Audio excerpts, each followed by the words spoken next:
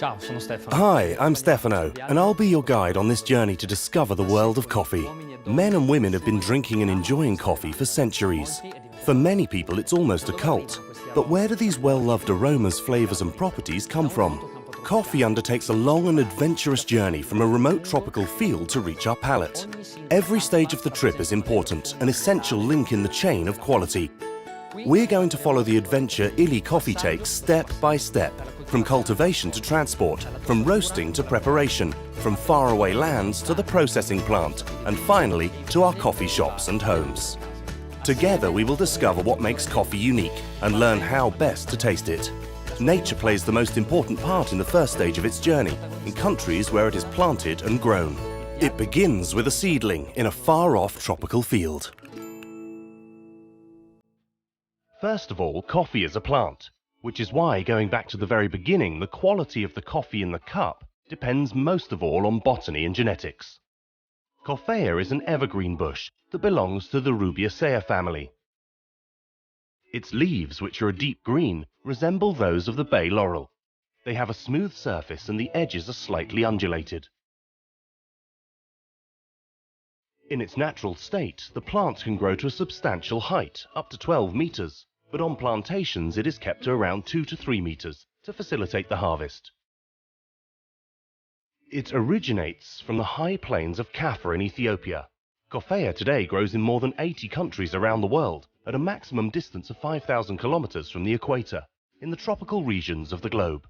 Here temperatures range between 17 Celsius and 30 Celsius, and precipitation varies between 1,200 and 2,000 millimeters a year. Around 100 species of Coffea exist in nature, but essentially only 2 are consumed around the world, Coffea arabica and Coffea canephora, known as Arabica and Robusta. Each bring different characteristics to the drinks they make, a more balanced taste and a wider aromatic spectrum for Arabica, and a less aromatic, more bitter taste for Robusta. These differences are also due to the geographic and climatic conditions in which the 2 species grow. Much more delicate, Arabica is grown at high altitudes, where the fruit ripens at moderate temperatures, and where temperature variations and alternating seasons favor the development of aromas. Robusta, on the other hand, is much hardier and grows at lower altitudes, no higher than 800 meters above sea level. An unusual characteristic of Coffea is that its productive cycle is strictly linked to the rain pattern where it grows. The plant blooms after every intense rain that follows a dry period. Coffea's small white flowers are intensely perfumed.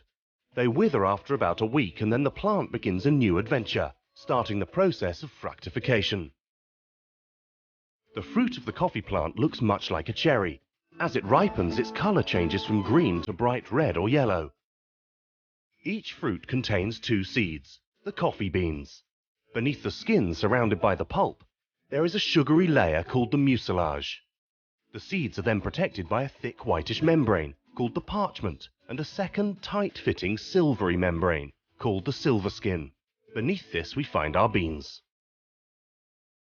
If we look even further inside the coffee fruits, at a molecular level, we find another component we recognize, but perhaps we don't know that much about: caffeine.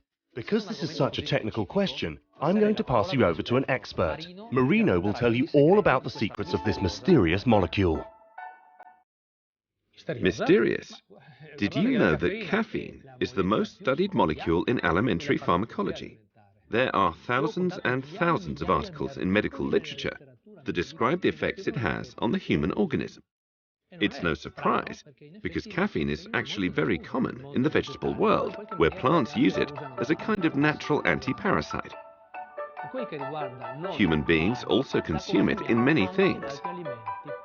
You might be surprised to know that there is caffeine in tea, there is caffeine in cola, and there is caffeine in lots of traditional drinks popular in South America, such as guarana in Brazil or mate in Argentina.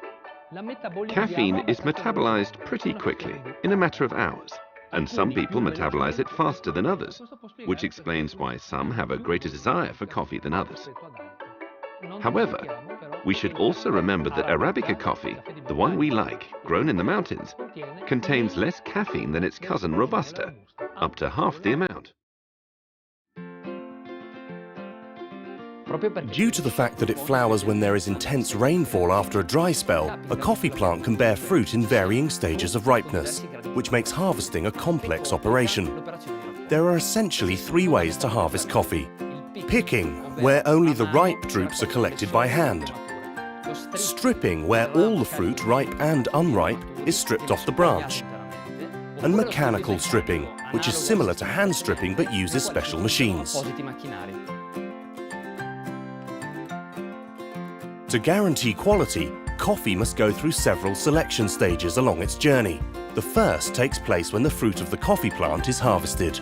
This is necessary to separate the ripe and healthy fruit from any which is unripe or defective. This phase uses giant sieves and the flotation technique.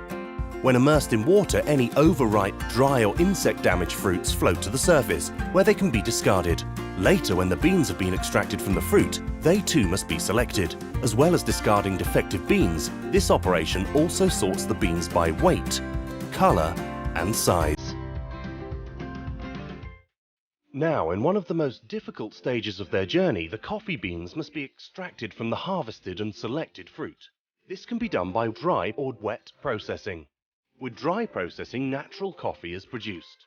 The fruit is laid out to dry in the sun on large cloths or tables for 2 or 3 weeks. Wet processing, on the other hand, produces washed coffee and is preferred in countries with rainy climates.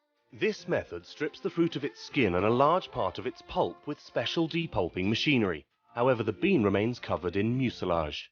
This can be removed either by drying, which gives us café descascado, mechanically to make café desmucilado, or by natural fermentation to make café despulpado. After selection, coffee is stored in jute or polypropylene sacks. These come in different sizes, but generally weigh 60 kilos. It is kept in warehouses ready to be loaded into containers on cargo ships. During this stage, it is very important to protect coffee from humidity, light and odours that could compromise the quality. Finally, the coffee is ready to set off on its long journey that will take it all over the globe.